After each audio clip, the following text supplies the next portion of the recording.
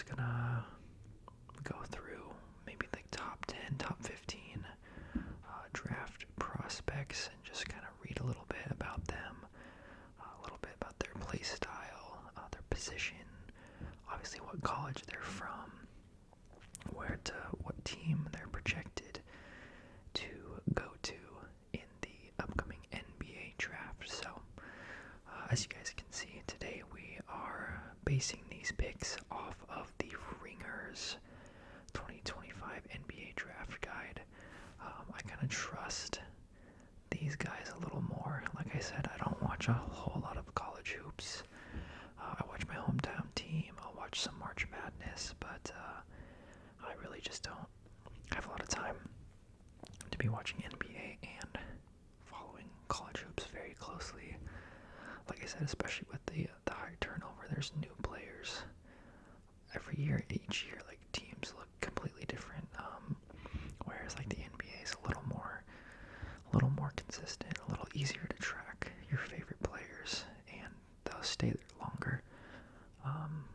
Obviously, in college, you can only play the 4 years. In the NBA, if you're good enough and stay healthy, you can play for 10, 15 years. So, yeah, just a little easier to follow along with the NBA, a little more recognizable. But yeah, like I said, going off of the Ringers NBA Draft Guide, these guys are experts. It's literally their job to know this stuff. So, like I said, I'm just gonna trust them a little more with this kind of stuff than I would, because I really don't know what I'm talking about when it comes to college hoops. But without further ado, let's just get into it. Let's see what they think, and I'll include a link to this draft guide if you guys are interested in taking a look at it. It's just on the Ringers website, completely free. So I'll make sure to leave a link in the description if you guys want to take a look. And I know they update this, so it might look different in a couple days, depending on whatever news comes out, stuff like that. So, and it says right here, this mock draft is by J. Kyle Mann and Danny Chow. So this is all of their picks, their personal rankings for what they believe, what their predictions will be for the upcoming draft. So, obviously, if you guys have not been following the NBA news, there's a little conspiracy flying around about the number one pick here in our guy, Cooper Flagg, with the Dallas Mavericks getting the number one overall pick. So yeah, basically, if you guys don't know, the conspiracy is that the Mavericks traded Luka this past year. They traded Luka to the Lakers for ratings, okay? For like the NBA ratings, to keep things popular, keep people watching.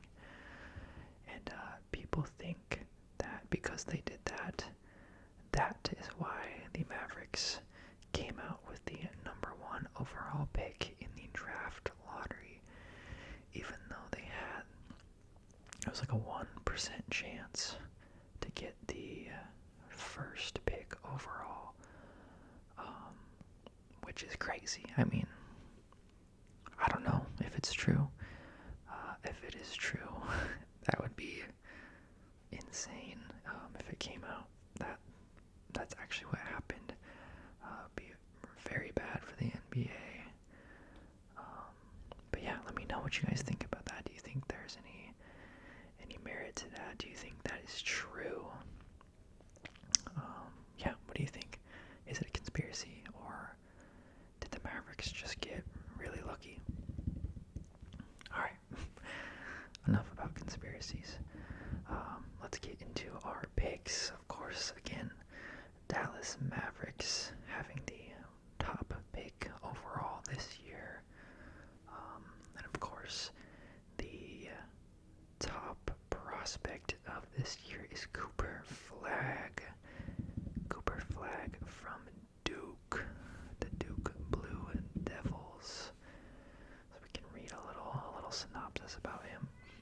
His height is almost 6'8", 221, 18 and a half, and he has a 7-foot wingspan, so he's got a little size, a nice wingspan, good weight. Alright. But yeah, there we go. We can read a little about his stats here, what he averaged in college. 19 points, pretty impressive. Averaging that as a freshman on one of the top teams in the nation. 7.5 rebounds and 4 assists, and 1.5 blocks. Wow, those are all very, very impressive numbers. So I'm not going to read this whole scouting report because it'll be a very long video if we read all these, but we can kind of see his top little assets here. It says, the most well-rounded prospect in recent memory with the fire and focus for more. So it says here he has a ridiculous upside, so he has lots of potential to turn into a star player someday, maybe an all-star. He has some shot blocking ability, as we see here. The 1.5 blocks per game, pretty impressive for someone who's only 6'8". I mean, it still has some size, but he's definitely not like a center, build, not a typical like shot blocking, like rim protector type build. Got some playmaking, can get some assists, so not bad. Nice passing too, and positional versatility. So that means he can kind of switch between positions. He can maybe play small forward, power forward, guard. I don't think he'll be playing any center by any means, but can kind of switch maybe that like 2 through 4 there. So there we go. Number 1 pick, Cooper Flagg. What do you guys think? Would you, if you had first round pick or the first overall pick, would you take Cooper? Do you think he's someone you can build around, or are you more interested in maybe some role players? But alright, there you go. Number one pick. Oh, has some player comps too. Very cool. Says he's most like Scottie Pippen, a little of Jason Tatum. I saw a interview with Cooper Flagg saying he really bases his game off of Tatum, which makes sense. They kind of have a similar build. Obviously, they're from the same, went to the same college, played basketball at the same place, so it would make sense for him to model his game after Tatum. So there you go. For our second pick in the draft, we have Dylan Harper from Rutgers. I did watch a few Rutgers games this past year. The team I watch is also in the Big Ten, so got to watch them play a couple times against Rutgers. But yeah, they had their kind of double-headed little monster there in Dylan Harper and Ace Bailey here. Those guys definitely carried the team. Very impressive, great scores at the college level. But yeah, the second overall pick projected to be Dylan Harper, going to the San Antonio Spurs. Man, the Spurs just keep getting good draft picks, keep getting those promising young players. So yeah, we'll have to see how he fits next to, obviously, Wemby. He's kind of more of a guard position, so it'll be interesting to see how he fits with like De'Aaron Fox, if he'll play alongside him or if he'll be mostly riding the bench his first season. We'll kind of have to see how much playing time he gets in that on that team. So we can go a little into his stats here. So 19, 6'4", 213, with a 6'10" wingspan. Averages 19 points, 33 shooting, 4.5 rebounds, and 4 assists. So, as I said, pretty good score here. 19 points. Can rebound and pass the ball a little bit too. Yeah, not bad rebounding for his size, I would say. But here you go, his little synopsis over here. Big, hyper-coordinated lead guard with an ability to get into the paint at will and an uncommonly mature offensive game. So again, here we have the ridiculous upside. His ball handling, he can dribble like it says, get into the paint and finish around the rim. So I'm kind of an offensive-minded guard here. Kind of sounds like he's more of a slasher. Which are always fun to watch, kind of those athletic guard slashers. Fun to watch. We have his player. We got Ron Harper Jr., A.J. Mitchell, and Mom made pizza rolls. James Harden. I'm guessing that's the Fat Harden reference when he was big. But there you go. 2 overall. Dylan Harper going to the Spurs. And up next we have another Rutgers player with the 3rd overall pick, going to the Philadelphia 76ers. We have Ace Bailey. Also kind of a cool name, like Ace. It's good like basketball name, Ace Bailey, or just like a sports name, you know. But this was the other part of that duo at Rutgers that just relied heavily on those two for their scoring and offensive power. So we have Ace Bailey, 6'7", 202 pounds.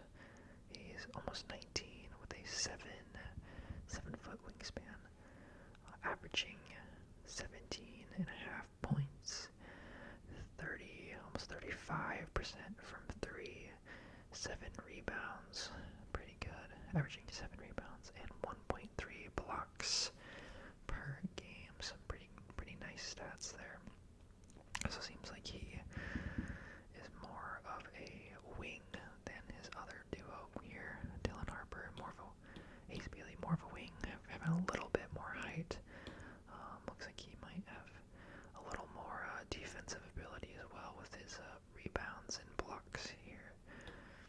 We can read his little synopsis here. We have athletic dribble pull-up artist, but concerns about his handle and decision making loom large. Okay. So we see here again, of course, the top 3 players make sense that they have this ridiculous upside, lots of potential.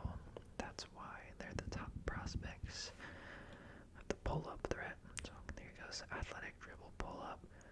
Sounds like he can dribble, kind of get into the defense and pull up, shoot over some people. Got on-ball defense. Like I said, maybe a little more defensive-minded up here with that a little bit bigger in size. And then athleticism.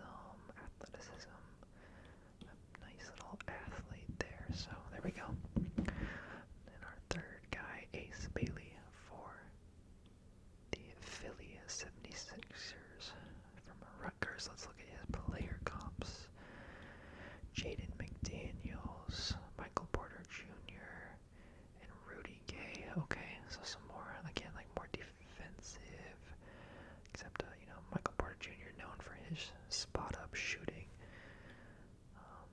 There you go. Alright, and our fourth pick, we have VJ Edgecombe from Baylor Bears, a freshman, another one-and-done player, projected to go 4 overall for the Charlotte Charlotte Hornets playing alongside LaMelo. LaMelo looks like he has another kind of guard position at 6'4", 193, almost 20 years old. He has a wingspan of 6'7.5". Like in college, averaging 15 points, 34% from 3, 5.5 rebounds, and 3 assists. So pretty nice. Some pretty nice stats there. 34%. Not bad at all in college. So yeah, be interesting. I know Hornets obviously already have some talented guards in LaMelo. This is right here, Brandon Miller. So I'll have to see how he fits in that team. But a promising young player, says a supernatural athlete with unteachable defensive playmaking instincts and a solid shooting indicators. So yeah, like I said here, 34% in college, not bad for 3. Yeah, supernatural athlete, and here has athleticism, human highlight. I'm not sure if that means he's like dunking a lot, like just flying through the air. That's kind of what it makes it sound like. It says Baylor guard will rank in the 90th percentile of NBA athletes from day one. Wow, that's some very high praise. He really must be a freak athlete for them to be saying that as a rookie. Crazy, but again, athleticism, off-ball defense. He's got that dog in him. He's got that fight, that competitive spirit. Let's take a look at his player comps.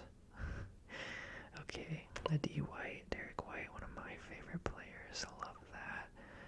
Chris Dunn, KCP, bitten by a radioactive spider. Okay, so kind of more like defensive-minded, like do-it-all guard type is kind of what this is telling me. But there you go. 4 overall, VJ Edgecombe to the Hornets. The Hornets. Let's get into number 5 projected pick. Another player from Duke. That's 2 players from Duke in the top 5, as well as 2 players from Rutgers. The Duke makes sense, but wow, Rutgers and 2 players in the top 5 is crazy. But anyways, we have number 5. I'm gonna mess up this name, but Nupel. I don't know for sure how to pronounce that, so I apologize. But again, another one and done player, a freshman from Duke, following his teammate Cooper Flagg into the NBA draft. It says here he is 6'5", 219, with a 6'6" wingspan, averaging 14 points in college, 40% from 3. Wow, that's very impressive. Okay, so he must be, is he just the kind of a classic, like, white boy shooter? That's kind of what we'll see. 4 rebounds, not bad, and 2.7 assists, so I'm guessing he's more of a shooter. But let's read a little bit more about him. This is a stout floor spacer with the potential to add more to his offensive bag. So there you go, we have it, spacer, meaning he can shoot from far away, space out the floor for his teammates. As you can see, got that nice 3-point percentage there, so people have to guard him out on the perimeter, making the interior, the paint, more open for his teammates. So he's got a good feel for the game, some playmaking, which yeah, I mean, 2.7 assists, not like crazy, but he might be one of those players where like the stats don't necessarily show his like impact to the game. And then looks like he has a nice like floater to his game here. So, but yeah, let's look a little bit more about him. Some player comps. Yeah,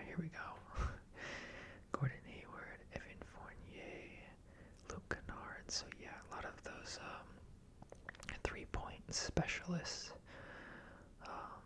type player. So we'll see how he does. See how he does in the NBA. Of course, every team can use a good shooter. I mean, shooters you can play on any team and shoot threes, like that doesn't change. So a lot of times that can be kind of just like what they call like a plug and play guy. You can just plug him in, throw him in the lineup, and kind of let him do his thing. So it's number 5 overall, going to the Utah Jazz. Alright, so let's see what else we got for our 6th overall pick. Another freshman from Duke. So that's three players already from Duke in the top 6. That is crazy. But yeah, I can't imagine being a part of a school that just pumps out that much NBA talent. Man, crazy. But 6th overall projected pick going to the Washington Wizards. We have Kaman Malik. I'm probably butchering that name. But Kaman Malik. That's how I'm just guessing. I'm probably butchering that. So apologies. But looks like he is a big man here. I didn't even see it had these little like positions on their names here, like guard, wing. But yeah, big man. I mean, I saw his height and I kind of assumed. But Mr. Malik here stands at 7 feet tall. So he is big boy. He weighs 250 pounds. He's only 18. Man, imagine being 7 feet tall when you're 18. That is crazy. Wow, okay. Wingspan is almost a 7'7" wingspan. And here we can look at his stats. Averaging 8.5 points per game, 6.5 rebounds, and 1.3 blocks. So we can read a little bit about him. It says he is a post-modern rim protecting titan with all the tools to be the perfect pick and roll finisher. So here it goes. Looks like he's again a big man that can set picks for his teammates, roll to the rim, and right here it says he's a lob threat. Let him set that pick for you. Get your man. He's gonna roll to the rim, and all you gotta do is toss it up and let the big man finish. It says here again, defensive anchor. So again, he's a rim protecting big man, so he can just guard the paint. Anyone that comes in there is gonna have to face a 7-footer in their face. And then again, here has the ridiculous upside. I wonder if he'll ever be in contention for Defensive Player of the Year. Obviously, at that size, you just hope they also just stay healthy throughout their career. But we can go look at his player comps, his little comparisons here. We have JaVale McGee, Khalil Ware, a rookie last year for the Heat, and Christian Coloco. So some big men, shot blockers. So makes sense. Alright, let's move on to our next pick. We have pick number 7 overall from Oklahoma, a freshman, Jeremiah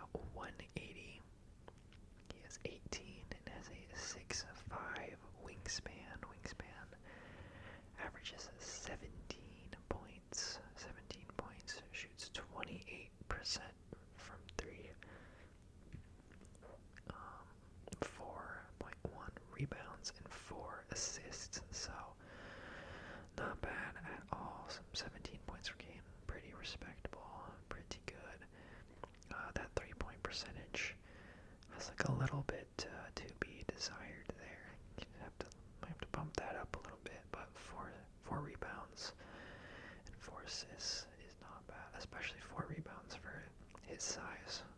Being only 6'2", that's pretty decent for a guard. So let's read a little bit about Jeremiah Fears. It says, he's a walking paint touch at lead guard who is unearthing his potential ahead of schedule. Okay, so sounds like he's really starting to get it together right before he enters the NBA. So obviously that's kind of what you want. Young player you can develop. So his top skills here are ball handling, athleticism, playmaking, and his ridiculous upside. So it sounds like he might be one with a lot of raw talent that's kind of starting to put it together. Let's look at his player comps. We have Devin Harris, Jaden Ivey, Scoot Anderson, and Jared Bayless. So kind of same like more slasher type guards. Can kind of get into the paint and finish around the rim. So there we have it. Number 7 overall, Jeremiah Fears, going to New Orleans. All right, let's get into number 8. From Texas, we have a freshman, Trey Johnson, projected to go to Brooklyn, going to the Nets. Let's take a look at his stats here. He is a 6'5" guard, weighing 190. He is 19 years old with a 6'10" wingspan. Some nice stats here. Let's take a look. He averages almost 20 points a game in college, shooting almost 40% from 3, taking almost 7 threes per game too. Wow. 2.7 assists and averaging almost 1 steal per game. So that is some pretty impressive scoring and 3-point percentage there. So it looks like he is a nice shooter. Let's read a little bit about Trey Johnson. He's a bona fide bucket getter whose scoring may be best utilized in doses. Okay, so maybe like kind of a spark plug. Bring him off the bench, let him get some shots up, knock down some threes. But yes, here he's a perimeter shooter. Clearly with that, it's a nice percentage there. Catch and shoot threat and a pull-up threat. So sounds like he's mostly a shooter, pull up, shoot threes, catch and shoot type guy. Let's take a look at some of his comps here. We have Michael Redd, OJ Mayo, Allen Houston, and Terrence Ross. To be honest, I don't know a lot about these guys' games in that player comp, but like I said, it sounds like he's like they say, a pilot light guy, or like a spark plug kind of guy who can get you a bucket off the bench. So very cool. Let's move on to our 9th pick of the draft. Our 9th pick, we have a freshman from Illinois. I'm gonna mess up this name, I can already tell. It's Kasparas Jakiusinis. I don't know. Kasparas. They need to have like a little pronunciation thing underneath some of these. Again, apologies for messing up and butchering some of these names, but I'm gonna say Kasparas. Projected to go number 9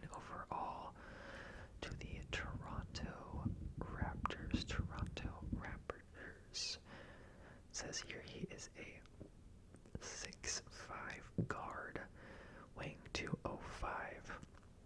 He's 19 years old and has a 6'8" wingspan. Looking at some of his college stats here, he averages 13.5 points per game, shoots 32.7% from three-point range, averages 4.5 rebounds and 6 assists. Wow, 6 assists is pretty good for college, I would say. And I mean, the 4.5 rebounds is pretty decent too for his size. So not bad at all. So seems like he might be more of a kind of a playmaking type guy, looking to pass first. But it looks like he can also do some scoring as well. So let's read a little bit about our man from Illinois. It says he is a high-feel orchestrator and playmaker who will add rhythm and flow to whatever offense he joins. Okay, we love a nice little playmaker, kind of a glue guy that can make that offense flow, get things moving, get that ball popping around. I love to see it. So yeah, here we go. Playmaking, feel for the game, and floor in general. I like them. These are some of my favorite kinds of guys to watch. I love to see some good passing. Some good passing, like pass first. Have some nice shooting ability. It makes me think of like, I don't know. I mean, like right now, obviously Tyrese Halliburton is pretty hot with him playing in the finals. Great passer. Makes me think like D. White, Peyton Pritchard. I don't know.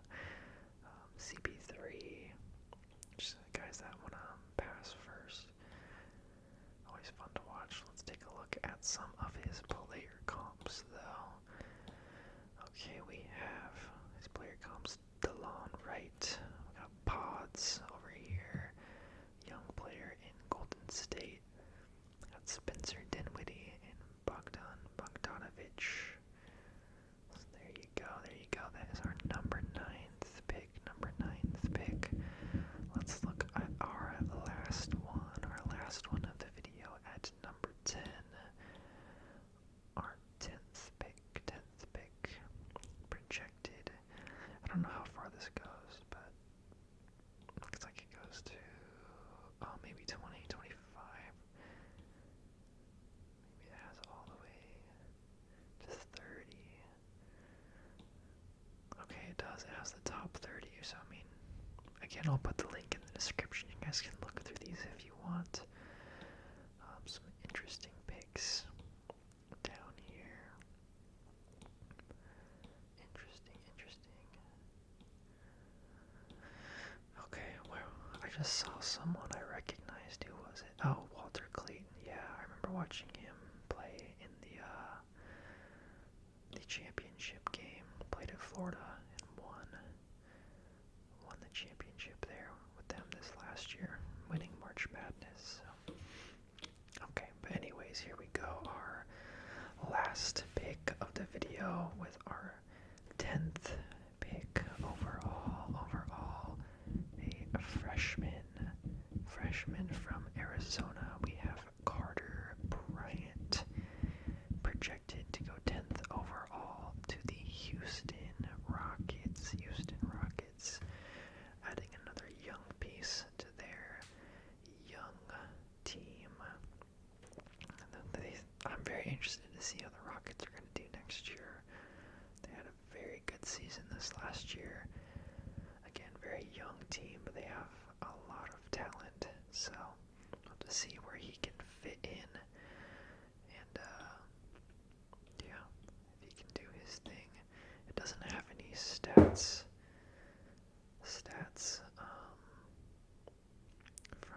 from college on here for some reason for him. I don't know. Oh yeah, I don't know why it doesn't have it for him, but you can take a look at him. He is a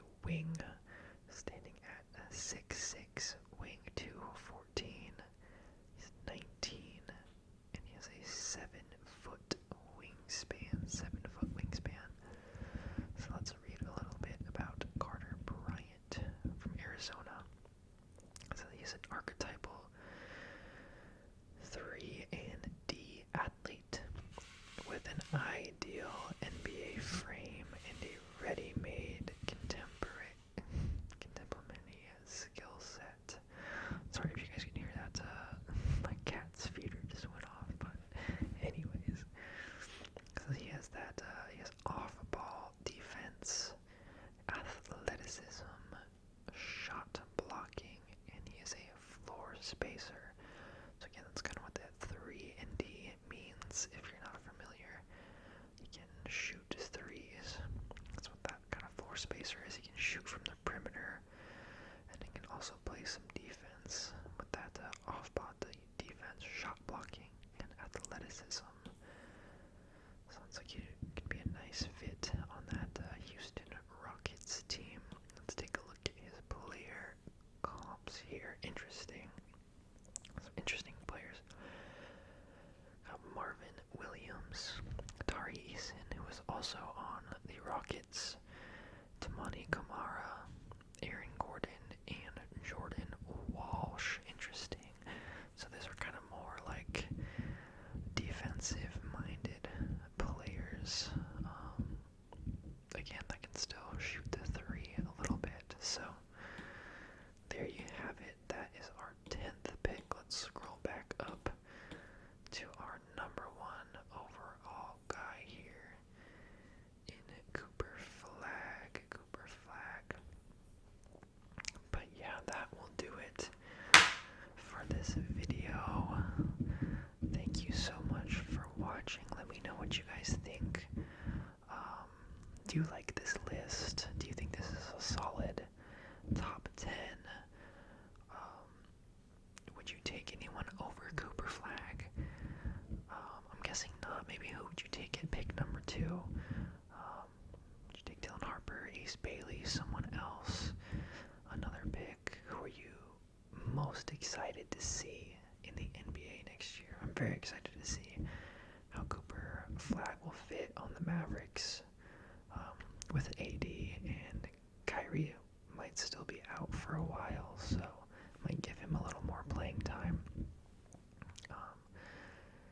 But yeah, again, that is my, well, not really my top 10, the Ringers top 10 NBA mock draft for 2025. I hope you guys enjoyed. If you did, please leave a like. It'll help the channel grow. It really helps me a lot.